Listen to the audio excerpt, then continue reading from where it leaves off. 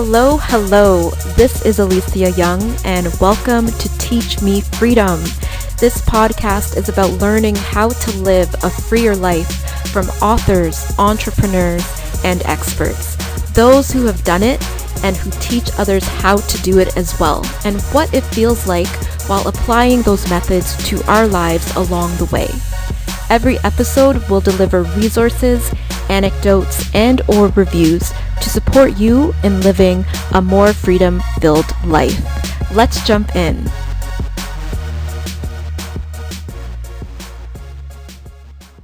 Please note the video version of this episode is available on YouTube at Teach Me Freedom. The link is also mentioned in the show notes. Enjoy. Hello, everybody, and welcome to Teach Me Freedom. I am so excited to bring you today's guest, Sharilee Swaity. She is a lady of many hats. She's the creator of the company Happily Ever After Again. She's also the author of the book we'll be discussing in today's show, which is Happily Ever After Again, Hope, Healing, and Love for Second Marriages. And she's also a relationship coach, a podcast host, and a loving wife and stepmother, among many other things as well. And I just want to welcome you, Sharilee, and I want to give you all context for the discussion that we're going to be having today. I'm really excited to ask Sharilee many questions. So as some of you know, part of this podcast is about exploring different aspects of life and living a freer life. And for the questions I'm going to be asking Sharilee, they're coming from the angle of me being a childless woman and who's in the stage of dating. And part of that may include dating individuals who have possibly already explored marriage and some individuals who may already have children or a combination of the two. And so I'm really excited to learn more. I really enjoyed reading Sharilee's books. I'm really excited to ask those questions. And so that's going to be a topic along with blended families. I know we see on TV, like the Brady Bunch is a family, Sharilee, you mentioned in the book. And then Modern Family is a show that I really enjoyed watching, and a lot of my friends have as well. So anyways, that's kind of the context that we're going to be coming from. And before we jump in, Sharilee, please feel free to add anything that you'd like, and then you're welcome to kind of share with us what your book is about before I actually jump into asking you some questions. Sure. Thank you so much, Alisa, for having me on the show. I really appreciate it. It's great to be here. My pleasure. I was going to mention that actually it's funny how Alisia and I met. She was my coach a few months ago, and it was wonderful. And she's helped me get to the point of having a podcast and start to really get my business going. So thank you. Oh, that's fabulous. You're awesome. Yeah, so definitely it was wonderful working with her. Thank you, thank Sharilee. you for inviting me. Yeah, so this book I wrote about 3 years ago, I guess 3.5 years ago, 2017, 4 years ago. And it's written specifically for people that are in a second marriage, either for themselves or their spouse. So maybe their partner has been married before, or they've been married before, or they're thinking about it, or it can even be for people that are in a stepfamily situation. They might not have actually married, but they're in a common law relationship. So many of the issues are the same. Also, it would work for therapists or pastors who are, talking to people in that situation as well. We go through the steps of, first of all, why did you get married? The decision to get married is quite different if you've been married before, because you've already gone through that process. So it's usually more complicated. And then we get into healing from the past. Sometimes there's a healing that still needs to take place. And then we get into connecting together as a couple, which is what all couples need to do. And then into the stepfamily situation. So it kind of just covers the gamut of the different issues that come up in a marriage when you're married for the second time. Wonderful. Thank you. Thank you so much for sharing this, Sharilee, and for sharing so much of yourself in the book. There was a lot that I learned about you, and it takes a lot of bravery to share who you are and share your experience so that others who are maybe going through a similar experience or just embarking upon new waters can have something to work with. So thank you so much for sharing that. Oh yeah, thank you for saying that. It was not an easy decision to share, but and I felt, and my husband was comfortable with me sharing as well. And if it did help others, then it would be, worth it. And we all have our stories, and just being able to be open with it can a lot of times help someone else that's in a similar position. So Definitely. I was glad to do it. So yeah. That's so wonderful. And so what I'll do is I'll jump into some questions that I have now. So one of the first things that came to mind that I really appreciated when you said forming a step family, you said that it's kind of like merging two businesses. And I thought that was very interesting because I've heard before of like when people are making decisions to whether it be forming a partnership, that they say it's like it's as intense or more intense than marriage. And so I was interested in hearing more about how you came up with that kind of analogy for forming a step family. Oh, sure. Yeah. Um, well, when you get married, it's when two people get married, even if they're not in a step family, I mean, it's two different worlds coming together, right? And we all have our background, we have our culture, our way of doing things. But when you get into the step family situation, it's even more so because you've already developed a way of doing things. Like in a company, you have your routines, you have your power structure, you have your motto, your culture. And so you're stepping in, like if you're married to someone with kids, you're married into their culture, into their whole way of being. And when two companies merge, you have to make decisions that, like, both cultures can't completely stay. So you're making decisions to make something new, right? And it's just like I don't know exactly where I came up with the analogy, but I've just heard stories of companies having to merge, and there's decisions that have to be made, right? Because you have the two opposing sides trying to come together and meet, and it can be very different, right? And um, it's the realities there in any kind of marriage, but especially in a step family, because you Mhm. already have a whole family that's already set up and it's been going for a while. So Mhm. it's more complicated. And I just thought it was a lot like two businesses coming together. So Mhm. That's so interesting. I actually actually experienced being part of a company when they were going through a merger. So it was interesting to see that them coming together. So it was interesting to witness and be a part of like some of the decisions that were being made and in preparation, but even down the line, and then looking at how the different companies, as you said, like we have our different way of doing things beforehand, and it's like, how do we make it work? Some people need to stay, some people need to go, some processes you need to stay and go. And so it makes, when you say it like that about a step family, it clicked for me. I really liked that analogy. yeah, that's interesting. And there's a lot of negotiations that have to take place to get there, right? It's not going to happen automatically. So yeah, that's neat that you've actually experienced that too. Like I think I've just seen it, maybe, I don't know. I don't know if I've ever gone through that myself, but I've just heard stories about it, and that's sort of where I got it. So Mhm. yeah, that's neat. It is. Yeah.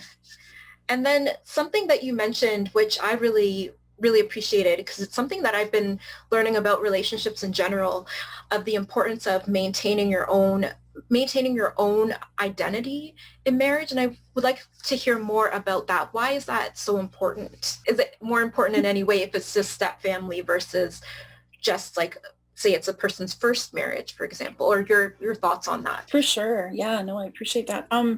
Well, I think it's always important, and to be honest, I think even since I wrote the book, I would even make that higher in importance of, like self-care, of just doing things that you really enjoy, right? Because it makes you Yeah. happy. And then you really do have more to offer into the relationship, right? And you have a different perspective, because if you're always like running on empty within the relationship, then it's hard to give, and it's easier for resentments to build up. Yeah. But I think like in a step family, it's even more important because you're entering into this new like, for example, I know you mentioned about being someone without children, and that was my situation as well. And so I'm entering in, and there's this whole structure and family that's already been going on. And so it's easy to kind of get lost in that if you're not Mhm. careful. And you're just sort of, it can be very overwhelming to enter that kind of situation at first. So having something that grounds you to remind you of who you are, is really important, because you're going to deal with situations that are difficult, and we get it, we kind of lose our energy if we don't have things that remind us of who we are. Yeah. It's easy to just lose our kind of lose ourselves for a while. I think that's how stepmoms often feel at the beginning, because it can just be, depending on what's happening, but it can be really overwhelming, you know. So it's really important. Like I said, even the last little while, I think I've become more aware of it's that self-care part is more important than I even maybe emphasized in the book. So Okay. it's Hmm. key. Yeah, that's a really good point. Yeah. It was really like reading your experience. I felt like I could kind of imagine what life might be like, just through hearing you share your experience. So it was the message definitely came through of like this is important because you talked about some experiences that you had and what some of the consequences were. So it definitely rang true, because you shared that in the book. Right. Yeah, I guess I shared how maybe I wasn't taking that self-care that I should have. I think it took me a while to realize how important it was. And then, Hmm. when I started to do more of that, I think it did, it got better, easier to handle some of the stuff that went on. So Yeah. yeah, for sure. That's great. That's great to hear that things improved along the way as you took that time for yourself. And then another thing that was really on my mind as well when you talked about this excitement, like being excited but jaded. And when you shared this, it was something that's kind of always come into my mind. Like when I first was realizing that as I'm approaching a certain age, the reality of the dating pool is such that for what I'm looking for, it's likely that I will be with somebody who has already been married or has children or both. And that's something I started to worry about. I'm like that excitement versus jaded. And you talked about it like, oh, for me, if we get married, it will be my first marriage. And for them, it might be like, ah, been there, done that. Oh, if we get a house, oh, I'm so excited. For them, been there, done that. Oh, if we have a child together, they've already done that. So it's like this. So I like how you Yeah. touched on that because it's like, how do you manage those emotions? Because you want the other person to be like, it's like, do we have to like how, yeah, how do we manage that? Yeah, no, that's a really good question. I love that question. And I think first of all, being aware of it, and like the fact that it's interesting to hear from your point of view from someone that hasn't been before, and thinking of how it might be. And I think part of that is you want to make sure that both people are ready to get married. If that is kind of going on, that they're ready to feel that excitement again with someone else. And so you don't want to get married too soon after, just somebody that's immediately out of another relationship. It's probably, might not be a great idea to get married right away until they've had some time to heal. And healing I think the healing process, it can help you to feel that excitement again. But if a person is still hurting from that, and really, not ready to feel excited, then, but if it's already happened too, then I think you can look at it and say, okay, that was normal, but we can heal wherever you're at. You still have that, capability to heal and to be ready to move forward.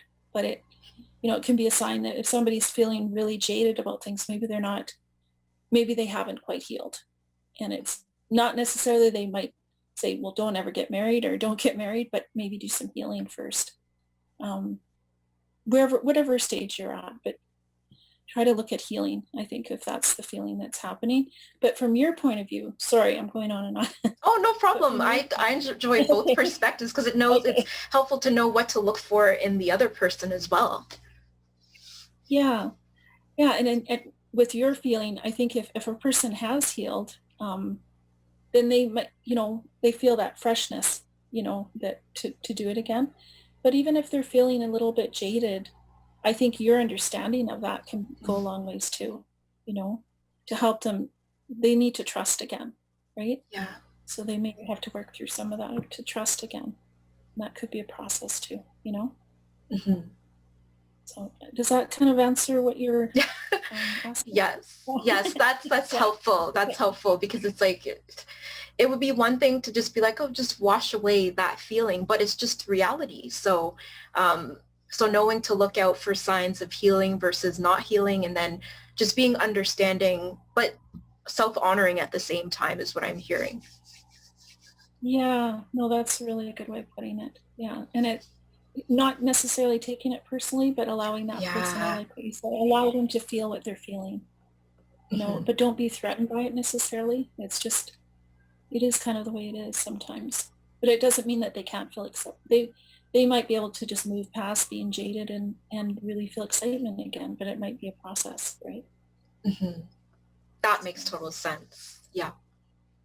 yeah, Wonderful. great question. Thank you. And then I also wanted to ask you about step parent stigma, because that's actually something that I'm terrified, and it's like something that's seen in like different shows, like and you may have mentioned it in your book actually, about like how in like these fairy tales the stepmother is made as like this evil person, and I just find all this stigma around being a step parent, and then step families, and you mentioned as well, like it's even in church, in a community where you would hope that you'd be like accepted, that there was still some healing that needed to be done there in terms of kind of Mhm. accepting where things were at. So I was wondering, why do you think this stigma exists, and what do you think are some things that we as a society need to do to eliminate or overcome the stigma towards step families, towards step parents, towards like second marriages? Sorry if that was a That's such a good. mouthful, by the way. Yeah, no, it's okay. I understand. I think I understand what you're saying. No, it's good. That's good. That's a good question. Yeah, and the stigma, I did talk about that, and it came up a lot in the studies that I looked at. When I was researching my book, there was stigma even for professionals, like where they would, doctors or nurses, um, when they found out it was a step family, they would find that they treated them a little bit differently. Like they did a study where they set that up. So it's definitely a real thing. I think it has. It's less than it used to be, which is good, Hmm. because blended families are such a reality. So I think it's less, but I mean it's definitely still there. And I think a lot of it comes from people just not being real about the reality of their families and wanting to deny it. And um, some people don't want to mention that they're a blended family because it's, like they're afraid of mentioning it themselves, or really um, seeing themselves as any different. So it, like, sometimes people aren't even honest about it themselves, um, you know, and but what to do to heal it? It's a hard one. It's a hard one to say. I think part of it is, like, a lot of stepmothers have come forward and got support for with each other. There's a lot of groups out there now, more than when I started. And so, stepmothers themselves just not feeling like, not taking that shame on that sometimes is maybe put on them. But I think that one level where we can change is at the church level. And I really am a big believer in having, like, churches helping step families, some awareness there, some maybe step family support groups. And that's happening at some churches, but as a body, we need to be aware that families are complicated a lot of times nowadays, and you know I know for myself, going to church, I didn't always feel that acceptance, at the church level. And these are like people that are in these situations really need the Lord's love, and they need understanding and um, love from the body. I think that Mhm. because not all marriages work out, and there's a lot of situations where people are in a more complicated situation, and just to ignore that is like missing a big part of the body of the Yeah. Lord. Mhm. Yeah, I agree. I agree that need for support and love, and that understanding, because I feel like sometimes people think, oh, it's like that's not my situation, so they must have done some. Not that they're necessarily thinking that to that extent, but it's like, what's the reason for the like barrier? Like where is the love? Where is the support? Like it's so Yeah. yeah. Yeah, it's kind of like people think it exactly what you said is it's not my situation. So maybe it's a little bit of a like just a label. Oh, those people over there, they're different. They're different than us, but it really could happen to any of us that were in that Mhm. situation. You know, it's anyone. It's not a certain kind of people that get divorced or a certain kind Yeah. of people. Like people are widows. Mhm. Um, there's all of us. I think are touched in some way by blended families at some point. So. Yeah. Absolutely. Thank you. Thank you for your answer and Mhm. for sharing that light on that, because it's a still a common issue. Um, Mhm. Definitely is, yeah.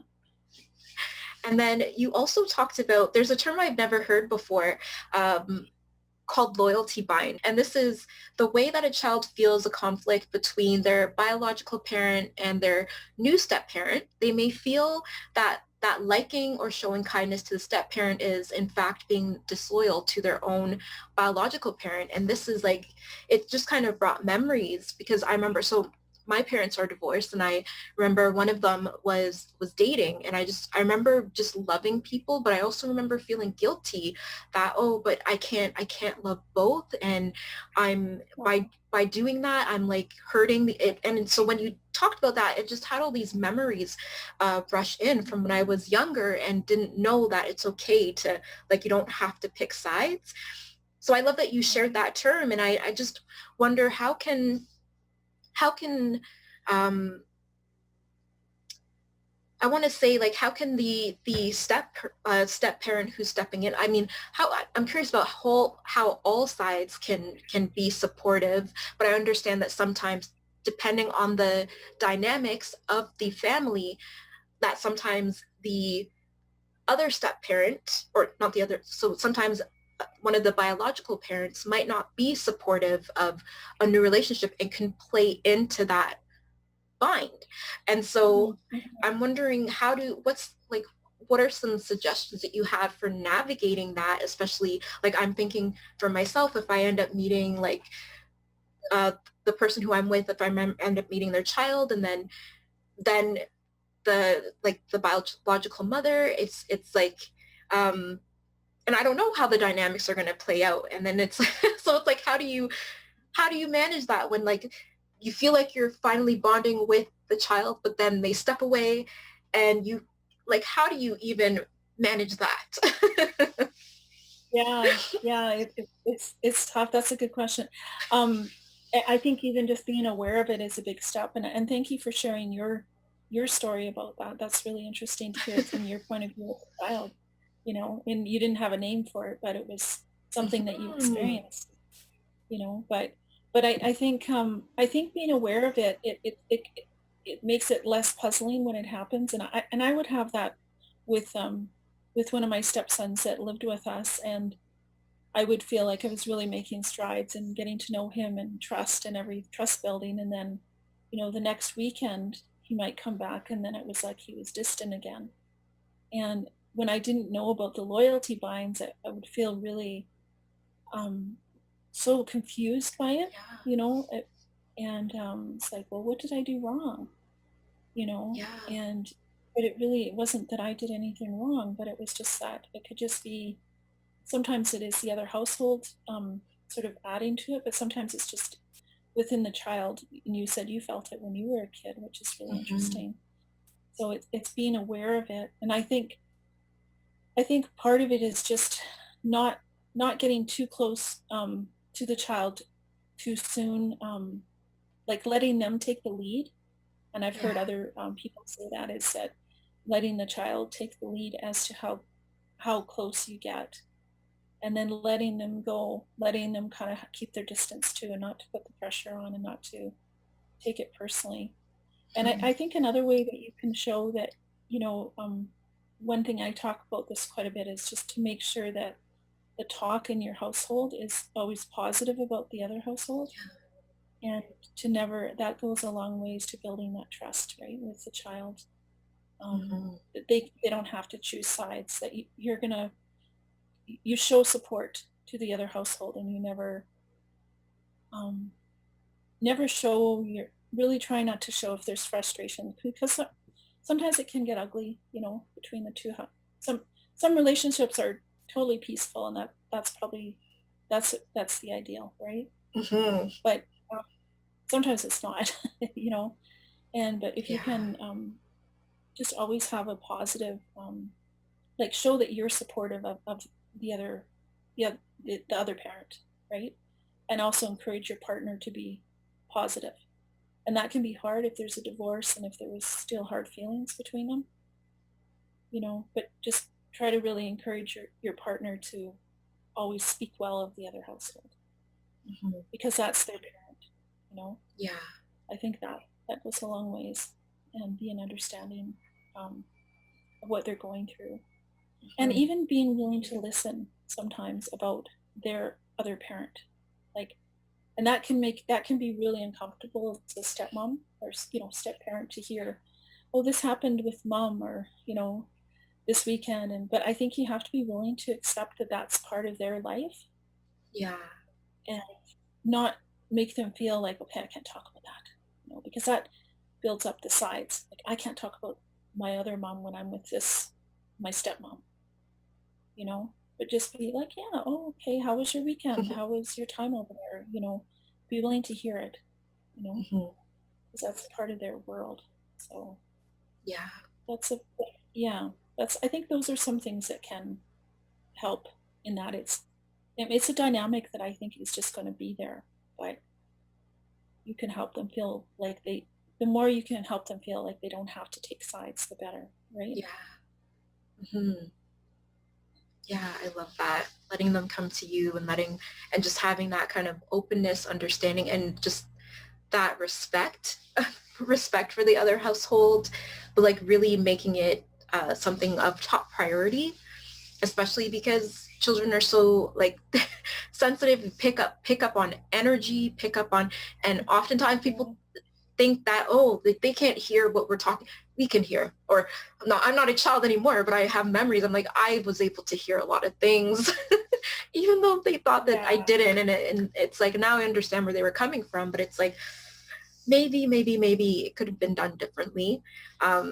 So this is helpful to hear. So you also discussed the importance of marriage counseling, and how that was something that was very helpful in your relationship, and it's something that you recommend, like, even before getting married, or if couples are noticing that there's some issues or things that need to be overcome or just need support with.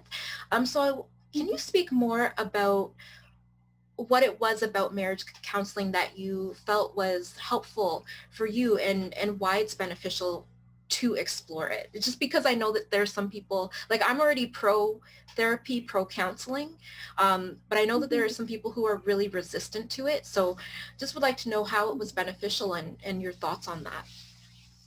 For sure. Yeah. Yeah, I am a big believer in getting help, right, when you're struggling in your relationship. And whether it's marriage relationship, like therapy or marriage coaching, or reading a book, or, getting a program, or for us, it was marriage counseling helped us so much. Like um,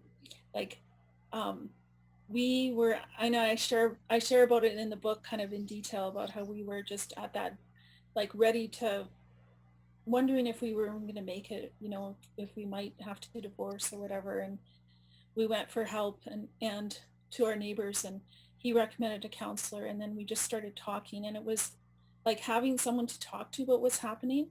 Because when you're in a marriage, especially I think even in step families, you feel more of a pressure cooker, right? You can really feel it, and you really don't know where to start to fix it. So for us, having that counselor just to listen to us, that was sort of the main thing at the start, is just listening to both of us, and by getting it out and talking it through, um, we started to see what was happening between us, right? So it's that listening ear, it's having another person, just to give feedback, and feeling not alone, right? Because you feel really alone, especially you can in a step family. And sometimes the counseling could be like one of the people going in and getting help and just being heard, right? But I yeah, I'm just such a believer in getting help. And the kind of help is, it might not be counseling. I think counseling worked for us, but it could be, sometimes it might, maybe all you can afford to do is read a book on marriage, but that can be huge, right? Or sometimes there's a lot of online programs that you can take now, with online education. Like, um, sometimes it might be talking to someone on the phone, if you can't go in person. But I just encourage people to get help rather than just like, you're always better off if you can get some help than trying to, struggle through it, and feeling like it's just not gonna, wondering if you're gonna make it, sort of thing. Yeah. Yeah. So, yeah, just, I think it's, I don't know. I think it's important, It's like we invest in our businesses, and we invest in, like, our homes, and we invest in so much. But like, what, and my husband, when you talked about being resistant, right? My husband was very resistant. So like, he didn't want to go, and it's kind of typical with men. Like, it's usually the man is more resistant to that idea. um and we were at that point where he had a friend that, because his friend recommended it, we went to a couple and they talked to them, and because he recommended it, he was willing to try. you know it's Yeah. like, you know it's a pride thing. People feel like, um I'm okay, why would I need that? And but like, I would say, even if somebody, if someone's partner is resistant to it, I would say go yourself, just to have someone to talk to. And maybe in time that the other person might come on board, but even on yourself, you can get a lot of perspective, and about what's going on with your situation, and can make a difference even on your own. Like, I think we can change a situation even just by our own behavior. The dynamic changes. So Yeah. Yeah. yeah. Thank you for sharing that. I agree. And I love how you even said it doesn't need to necessarily be counseling. There's so many other resources depending on like people's price points or preferred way of interacting or consuming. So I really appreciate how you said that, how you mentioned that as well. Yeah, and it's very encouraging. It's so great to hear that it really helped you both to be able to work things out. It's really wonderful and encouraging to hear that. You also discussed attachment disorders, and I love, love, love that you touched on this because I had become aware of attachment disorders, like more so from the standpoint of like being kind of like anxiously attached in my previous relationships. Like, I'd be drawn to people who were more avoidant, and I don't feel like I was ever really like the neutral, secure person, nor have I ever dated somebody who's secure. So, and I realized that some people who are listening might not even have heard of the attachment disorders. So if you wouldn't mind, can you please kind of summarize the different styles of attachment, and let us know how attachment disorders may play themselves out in marriage? In my situation, like with my husband and I, it did come up with the counselor where she talked about attachment disorders with my husband more so. And he had been through, like, he was adopted when he was really little, and kind of some trauma there when he was little. And so they would call him avoidant, like he just kind of didn't want to be close. And with my experience, we didn't really talk about it, but I mean, I was anxious. I was like, kind of scared of someone not being close to me. So it was sort of the typical male female that you hear about, is like he would be not wanting to talk and I would be chasing him down to talk, like, begging him, almost forcing him to talk. Let's talk this out, right? And really, I was so kind of nervous about losing him that I would just like kind of press in on him, and then he would just like totally shut me out, like, and so when we got into counseling, she really got into that more so with him, like about the avoidant thing and just how that was affecting him. And it was a lot of healing that happened, um, even from his divorce. And like, so the counseling really helped work through some of that. And like, I'm not an expert on this topic by any means, but just little things that I've read about it is that it's pretty common, especially for the men more to be the avoidant one and the women to be more the anxious one, right? And there's this dance that goes on where Yeah. you're chasing your partner to talk to you, and then they're just shutting you off, right?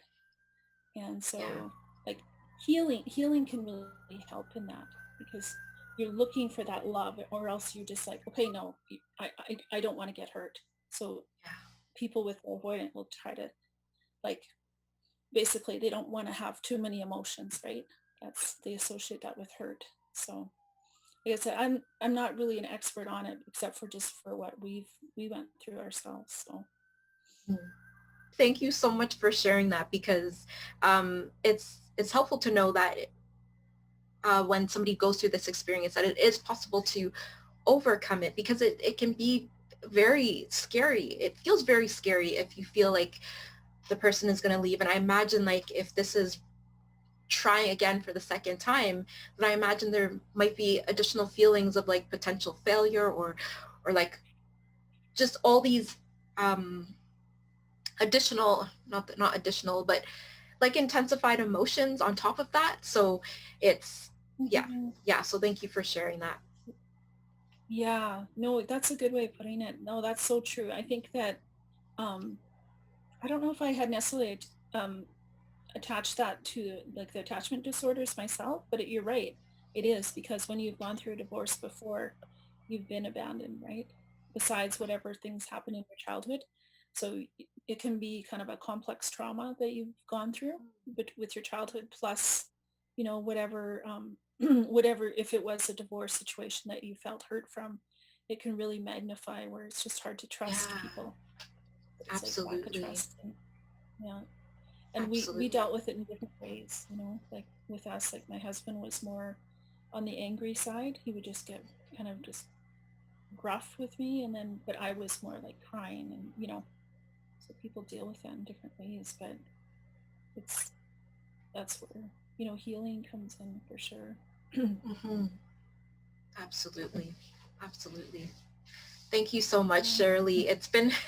It's been so wonderful to be able to talk with you about this more, and thank you for the resource that you've created, so that a lot of us who are looking for more information or want to share this with other people seeking that support, or just that insight, that we have that resource we can share.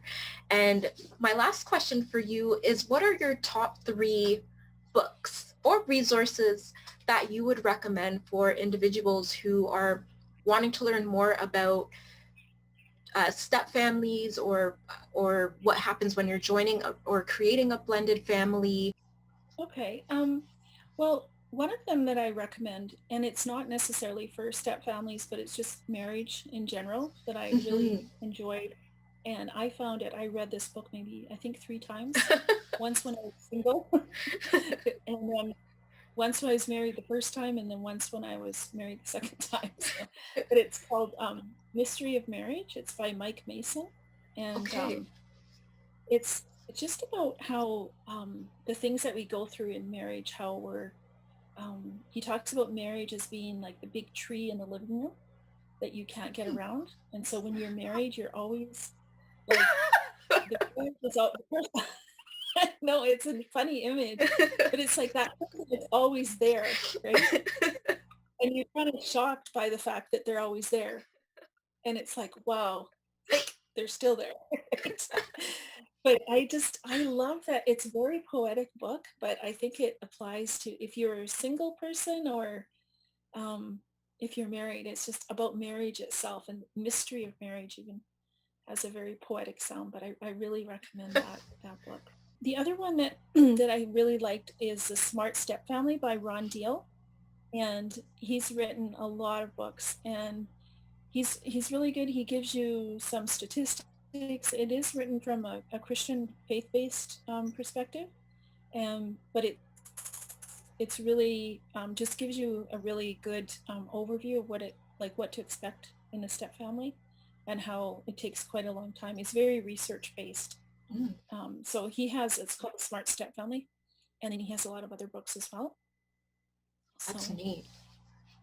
yeah, it's pretty good. And then this last one is called The Single Girl's Guide to Marrying a Man, His Wife, or Marrying a Man, His Kids, and His Ex-Wife.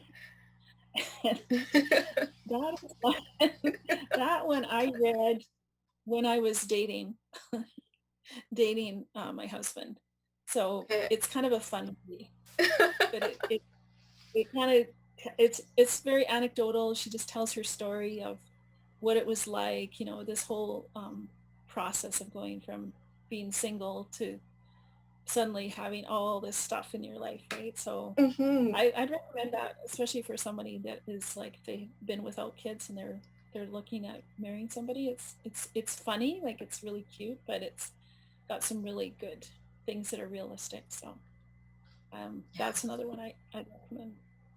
Yeah, all those sound great. Thank you for sharing. Really like excited to look Yeah. into those. This was so much fun, and thank you again for creating this resource and being open to talk about it more. And please, everybody, please make sure that you check the show notes, because I'm going to be including Sharilee's contact information and details, how you can connect with her, and also check out her podcast as well. And definitely looking forward to staying connected with you, Sharilee. Thank you again for such a fun conversation. Okay. Thank you so much for asking me. It was awesome. It was nice to see you again. Likewise, absolutely. And remember, everybody, to honor your time and your energy. Bye, everyone. Thank you so much for tuning in to this episode of the Teach Me Freedom podcast. We hope you enjoyed it and found it beneficial. Feel free to reach out to us at teachmefreedom2020@gmail.com. And if you haven't done so yet, subscribe to the show on your favorite platform for streaming content. Feel free to comment and leave a 4 or 5-star review if you feel so inclined. Connect with you next time.